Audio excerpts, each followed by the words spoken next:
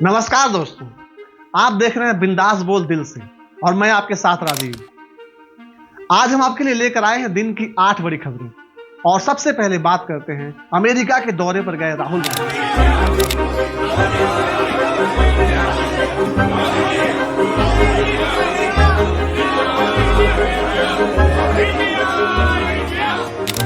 राहुल गांधी जब से अमेरिका के दौरे पर हैं, उनके एक एक बयानों की देश में चर्चा हो रही है। राहुल अलग अलग यूनिवर्सिटीज में जाकर छात्रों से बातचीत कर रहे हैं और उनके साथ सेमिनार अटेंड कर रहे हैं। लेकिन राहुल गांधी का एक बयान सबसे ज्यादा सुर्खियों में है, वो है पीएम मोदी को लेकर। राहुल ने एक इंटरव्यू में कहा कि वो पीएम मोदी से नफरत नहीं करते, बल्कि उनके नजरिए से सहमत नहीं है। उन्होंने कहा कि कई मौकों पर वो पीएम मोदी से सहानुभूति भी जताते हैं। इससे पहले राहुल ने वर्जीनिया में प्रवासी भारतीयों को संबोधित किया और रविवार को डलास पहुंचे राहुल गांधी ने टेक्सास यूनिवर्सिटी में छात्रों से और शिक्षकों से बातचीत की और उनको संबोधित किया। तो चलिए बढ़ते हैं दूसरी खबर की तरफ। कोलकाता में ट्रेनी डॉक्टर रेप का मर्डर केस पिछले 1 महीने से सिर्फ अखबारों और टीवी की सुर्खियां बनकर रह गई है। न तो पीड़िता के परिवार को इंसाफ मिला है और न ही देश की लड़कियों को कानून पर भरोसा हुआ है। लेकिन एक चीज सबसे ज्यादा देखने को मिल रही है, वो है राजनीति। इसी कड़ी में टीएमसी के राज्यसभा सांसद जवाहर सरकार ने इस्तीफा दे दिया है। वे इस केस को लेकर सरकार के रवैये से नाराज थे। इसी मामले में सुप्रीम कोर्ट ने एक बड़ा अपडेट दिया है। सुप्रीम कोर्ट ने इस केस को लेकर 4 निर्देश जारी किए हैं। सुप्रीम कोर्ट ने कहा है, रेप मर्डर विक्टिम की फोटो तुरंत सभी सोशल मीडिया प्लेटफॉर्म से हटाई जाए। सीबीआई 17 सितंबर तक जांच की सभी रिपोर्ट सुप्रीम कोर्ट में जमा करे।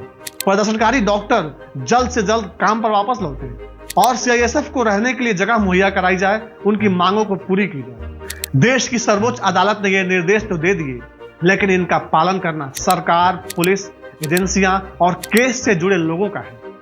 जब तक इस केस से जुड़े लोग अपनी भूमिका सही से नहीं निभा पाएंगे, तो हमारी बेटी को इंसाफ कैसे मिलेगा, दरिंदों को उनके किए की सजा कैसे मिलेगी। अब बढ़ते हैं अगली खबर की तरफ और इस खबर में बात करते हैं एक ऐसी बीमारी की जिसने लोगों को डराना शुरू कर दिया है। उस बीमारी का नाम है मंकी पॉक्स। स्वास्थ्य मंत्रालय ने विदेश से लौटे एक शख्स में मंकी पॉक्स मिलने की पुष्टि कर दी है। दरअसल 14 अगस्त को WHO ने मंकी पॉक्स को लेकर ग्लोबल इमरजेंसी घोषित किया था। उसके बाद भारत में यह पहला मामला है। फिलहाल व्यक्ति को आइसोलेशन में रखा गया है। उसके संपर्क में आए लोगों की ट्रेसिंग हो रही है। स्वास्थ्य मंत्रालय ने कहा है कि चिंता की कोई बात नहीं है। 2 साल में यह दूसरी बार है जब WHO ने मंकी पॉक्स को लेकर हेल्थ इमरजेंसी घोषित की है। आइए अब जान लेते हैं कि आखिर मंकी पॉक्स होता क्या है, ये कैसी बीमारी है। मंकी पॉक्स चेचक के जैसे एक वायरल बीमारी है। आमतौर पर इस बीमारी से ज्यादा नुकसान नहीं होता है, लेकिन कभी कभी ये घातक हो सकता है। इससे संक्रमित व्यक्ति में फ्लू जैसे लक्षण दिखते हैं और शरीर पर मवाद से भरे घाव हो जाते हैं। एमपॉक्स किसी संक्रमित इंसान या जानवर के संपर्क में रहने से फैल सकता है। सबसे पहले इसकी शुरुआत अफ्रीकी देश कांगो से हुई थी। लगभग 10 अफ्रीकी देश इसके चपेट में हैं। आशंका है कि दुनिया के दूसरे देशों में भी फैल सकता है। WHO की माने तो 2022 से अब तक 116 देशों में यह फैल चुका है और इसके 99,176 मामले मिल चुके हैं, जबकि इससे 208 मौतें हो चुकी हैं। अब खबरों में आगे बढ़ते हैं और बात करते हैं देश में आने वाले चुनावों की। हरियाणा में पहलवानों को अपने पक्ष में करने के बाद उत्साह से भरी कांग्रेस को आखिरकार झटका लग ही गया।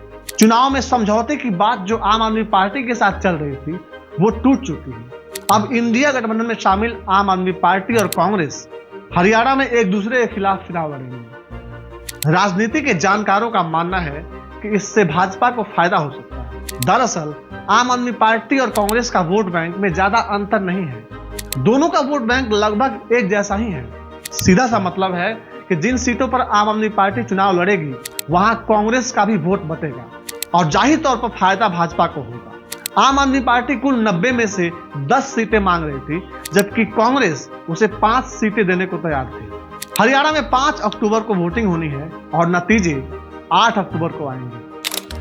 अब बढ़ते हैं अगली खबर की तरफ। जम्मू कश्मीर में होने जा रहे चुनाव पर देश की निगाहें टिकी हुई है।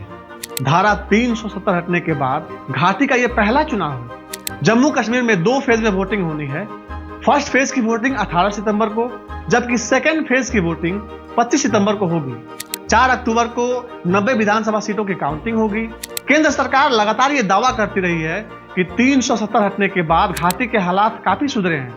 ऐसे में जम्मू कश्मीर का चुनाव अहम माना जा रहा है। अब बढ़ते हैं अगली खबर की तरफ और बात करते हैं कंगना की फिल्म इमरजेंसी की। आपको हमने पिछले एपिसोड में बताया था कि कंगना के फिल्म इमरजेंसी को सेंसर बोर्ड से हरी झंडी मिल चुकी है। सेंसर बोर्ड ने फिल्म से कुछ सीन हटाने के शर्त पर फिल्म को रिलीज करने का आदेश दे दिया है। और आपके मन में सवाल आ रहा होगा कि आखिर सेंसर बोर्ड है क्या, ये काम कैसे करता है, किस फिल्म को कौन सा सर्टिफिकेट देना है, ये कैसे तय होता है। तो आइए आपके सवाल का जवाब ढूंढते हैं। दरअसल सेंसर बोर्ड यानी केंद्रीय फिल्म प्रमाणन बोर्ड CBFC भारत में फिल्मों, टीवी सीरियल्स, एड और दूसरे विजुअल कंटेंट की समीक्षा करने वाला एक संस्थान है। सेंसर बोर्ड का काम किसी भी फिल्म को रिलीज होने से पहले उसके कंटेंट को देखकर सर्टिफिकेट देना होता है। सेंसर बोर्ड 4 कैटेगरी में सर्टिफिकेट जारी करता है। पहला U कैटेगरी, ये यूनिवर्सल कैटेगरी होता है। इस कैटेगरी में आने वाली फिल्मों को सभी वर्ग के लोग देख सकते हैं। दूसरा UA कैटेगरी, इस कैटेगरी के फिल्म को 12 साल से कम के बच्चे अपने माता पिता के साथ उनकी निगरानी में ही फिल्म देख सकते हैं। और तीसरी A कैटेगरी, ऐसी फिल्में सिर्फ एडल्ट यानी 18 साल से ऊपर के लोगों के लिए रिलीज की जाती हैं। चौथी और आखिरी S कैटेगरी की फिल्मों को किसी खास वर्ग के लोगों के लिए बनाया जाता है। इसे डॉक्टर्स या इंजीनियर्स के लिए रिलीज किया जाता है।